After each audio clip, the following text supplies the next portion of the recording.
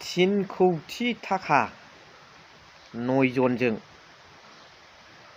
दा बावैसोनो दुलाराय बसुमतारीनि दैदेननायाव BSUनिफ्राय UPPLआव हाबफैनाय सोद्रोमा बिथांमोन निफु, जन्ति, एन्थनी फैसानि सायाव उन्दुनानै फट' खेबजानायाथ' माबा एन्थनी आदायानो बिथांमोना 3 कौटि थाखाखौ 9 जनजों रानदों।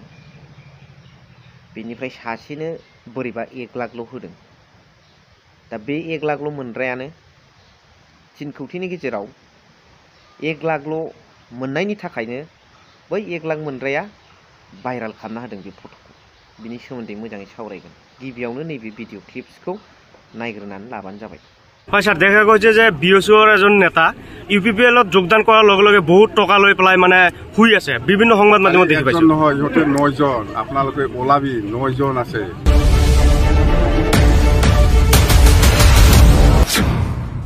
টাকা ওপৰত হোৱাটো একজন না দুজনে, কিন্তু টকা লোৱাটো 3 কৌটি লৈছে বুলি আমি শুনিছো। টোটেল 9 জন আছে।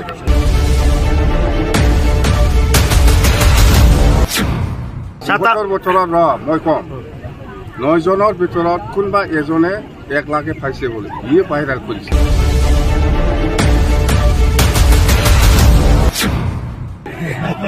হয় স্যার, মানে এনেকুৱা টকা লোৱা কাৰ্য কিমান দূৰ 1 লাখ দিছে বুলি তাক কোনোবা এজনক সিয়ে ভাইৰাল কৰি দিছে।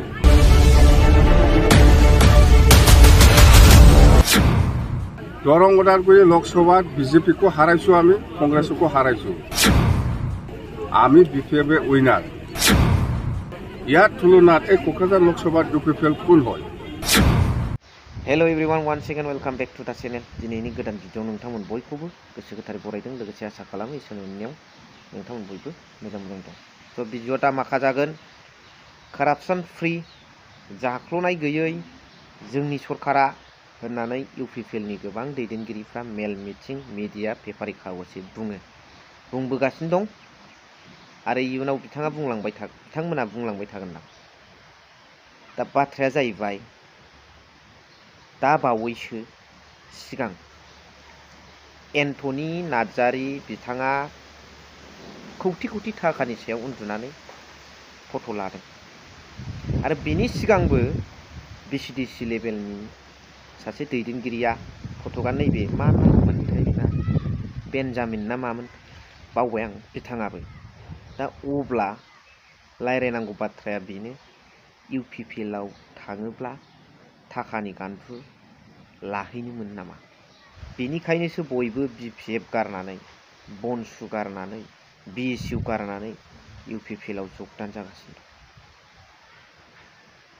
आरो नङैखौबो नंगौ, नंगौखौबो नङा होनहैनो हादों, जायनि खारनाव बे जाहैबाय मानि पावार। दा एथ' बुरजा फैसा 3 कौटि गाहाम थाखाखौ 9 जनजों मोनबायब्ला बारखागोन बयबाबो, गासिबो सोरबायाबाबो। दा बेखायनो बिथांमोनाबो बारबोदों आरो नंगौखौ नङा, नङाखौ नंगौ होननानै बुंफैनो हादों। खारना जाहैबाय मानि पावार। फर्मार चिफ अफ BTC সন্মানীয় শ্ৰীযুত হাগ্ৰামা মহিলাৰী ছাৰে উল্লেখ কৰিছে যে তেখেতসকলে 3 কৌটি টকা পাইছে UPPLৰ পৰা বা BJPৰ পৰা বা যিকোনো এলায়েন্স BTR গভৰ্ণমেণ্টৰ পৰা। আৰু সেই 3 কৌটি টকাত 9 জনৰ ভিতৰত বিতৰণ কৰা হৈছে। ইয়াত মাজত এজনে কেৱল মাত্ৰ 1 লাখ টকাহে পাইছে। সেই 1 লাখ টকা পোৱা ব্যক্তিজনে সেই ফটোখন ভাইৰাল কৰি দিছে ছ'চিয়েল মিডিয়াত। दा ইয়াত চিন্তা কৰিব লগা কথাটো এইটোৱে, যদি ইমান কৰাপশ্যন ফ্ৰী যদি চৰকাৰ চলাইছে UPPL গভৰ্ণমেণ্টে, সিমান টকা 9 জনৰ মেম্বাৰৰ কাৰণে 3 কৌটি টকা ক'ত পৰা পাইছে? CBI जाज जानांगौ, बहाय हमग्लुंजोबनांगौ इसिबां फैसाखौ बिथांमोना बबेनिफ्राय मोन्दों, मारै मोन्दों, आरो दिनैनि सरकार सालायनाय UPPL गभर्नमेन्टआ करापसन फ्री खालामनो नागिरनायाव दिनै थाखा होयै होयै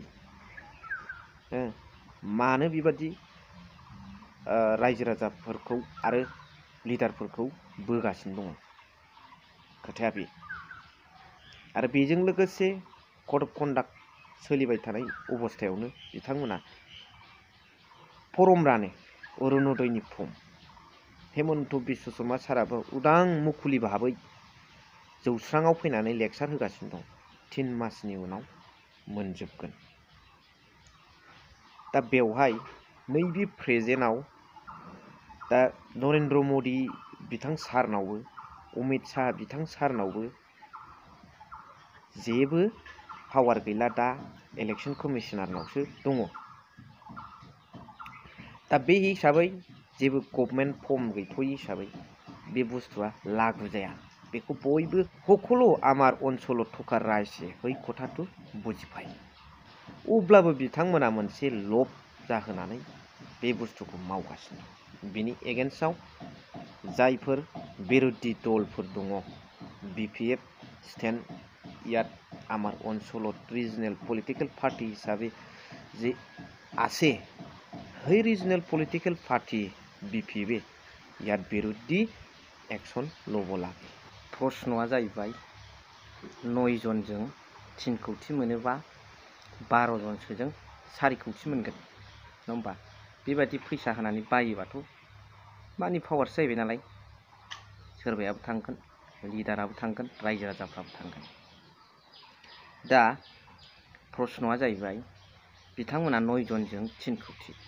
चन्दनाबा बेसेबां मोनखो जय मोसाहारियाबा बेसेबां मोनखो बनसुनिफ्राय फैनाय चिरां डिस्ट्रिक्टनि बिथांमोनाबा बेसेबां मोनखो रंगल बर' आदायाबा बेसेबां मोनखो आरो मेन प्रश्नआ जाहैबाय बेफोर फैसाफोरखौ बिथांमोननो होनो थाखाय बबेनिफ्राय बुथुमनानै लाग्रामोन बे फैसाखौ बबेनिफ्राय मोनखो खोथाया बेनि मेन खारनखौ रायजो राजा नोंथांमोनहा कमेन्ट्सनि गेजेरजों फोरमायहरबानो जाबाय स' दिनैनि भिडिअखौ एसेखिनियावनो दोनथ'बाय थेंक इउ भेरि माच फर वाचिं लाभ इउ अल आरो मोनसे खोथा आङो बुंबावनो नागिरदों बे BJPनि फ्राय आगुनि हम मिनिस्टार मानगोनां अमित शाह बिथाङा मोनसे मिटिङाव थांनानै बुंदों ST OBC बेफोरबायदि मोनसे थाखोखौ फोजोबजोबनोसै होननानै बुंदों बे बिराद मोनसे गिख्रंथाव खोथा